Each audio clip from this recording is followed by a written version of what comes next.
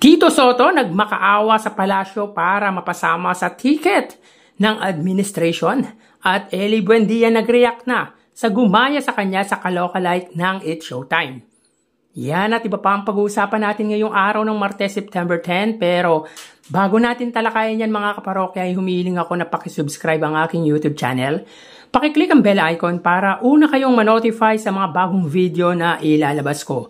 At pakidamay nyo na din na i-follow ang aking Facebook page na Mega TV at ang aking TikTok account na Kaparokya TV. At bago natin makakalimutan mga parokya, shoutout ko lahat po ng followers, viewers, supporters ng It's Showtime, ganun din po ng Eat Bulaga. At special mention po kay Miss Heidi Gutierrez, Derek Pilapil, Kudro on Leather, Ninja Jack Monster, Fernando Publico, Froilan Esguera at marami pang iba. Maraming salamat po at sobrang na-appreciate ko po kayo mga kaparokya.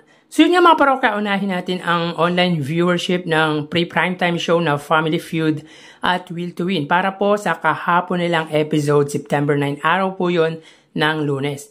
Para sa kanilang Facebook Live sa ganap na 5:51 PM ang Family Feud hosted by Ding Dong Dantes ay may 3,700 viewers at ang Will to Win naman ni Willie Revillame ay may 2,400 viewers. At para naman po sa main YouTube channel ng dalawang late afternoon show, ang Family Feud ay may 13,000 viewers at ang Will to Win naman ay may 7,700 viewers. So bali ang total views ng Family Feud ay 16,700 at ang Will to Win naman ay 10,100.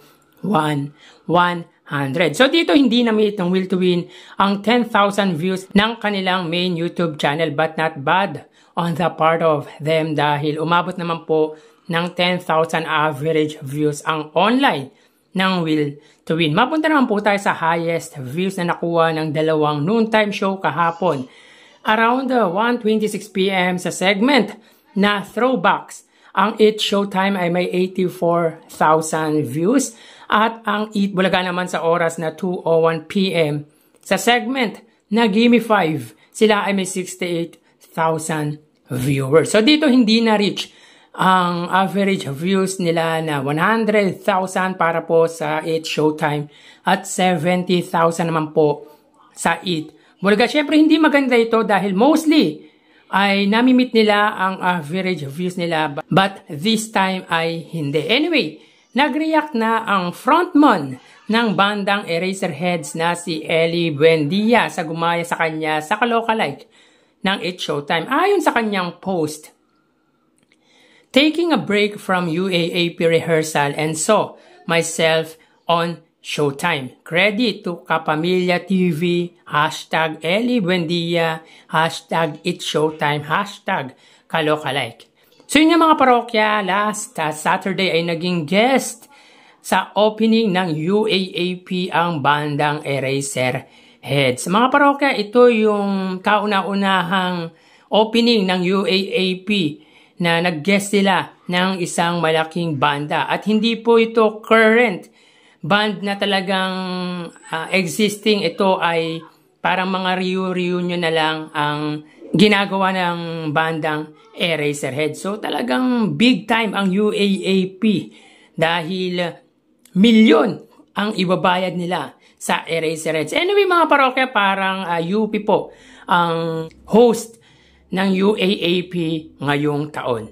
Balik po tayo sa topic natin mga kaparokya. Yun nga mga parokya, according sa caption ni Ellie Buendia, during break ng rehearsal nila ay pinanood sa kanya ng mga kasama niya ang kalokalike niya sa It's Showtime at makikita sa video na nakangiti ang lead vocalist ng E-Heads. At tila sabi din ito na hindi niya naman daw kamukha ang sumali sa It's Showtime na gumagaya sa kanya na si Alvin ng Pasay. Well mga parokya, wala namang salamin siguro ay hindi talaga kamukha ni Ellie Buendia ang participant ng kalokalike na si Alvin. Pero pag nakasalamin kasi sa unang tingin ay talagang medyo may hawig sila.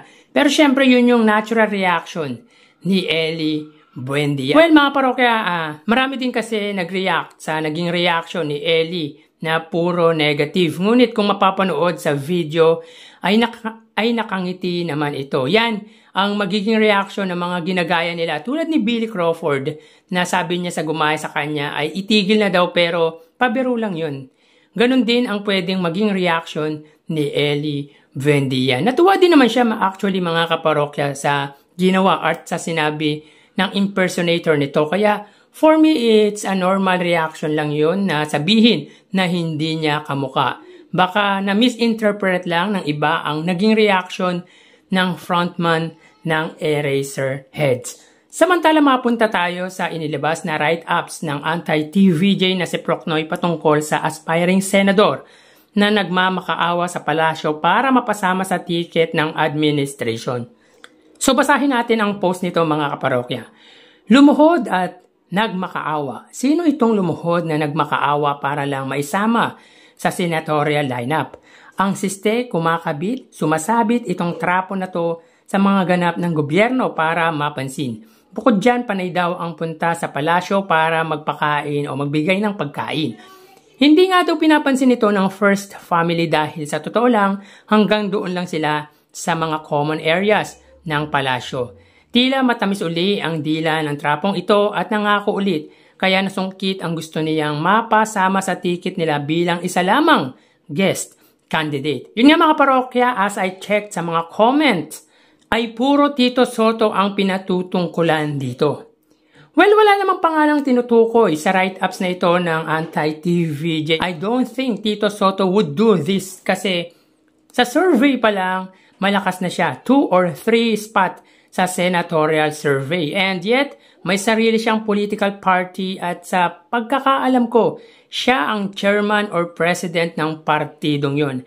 Let's say pwede siyang gawing guest candidate. Pero yung lumuhod, magmakaawa, magpakain sa palasyo para lang mapasama sa Senate slot ng administration ay hindi naman siguro gagawin ni Tito Sotto yun. At maganda ang legacy na iniwan ni Tito Sotto sa Senado. Never na late at marami siyang batas na nagawa. So, word na trapo is negative na agad si Tito Sotto. Anyway, lahat ata ng pwedeng nagko-comment doon ay puro anti-Eat Bulaga.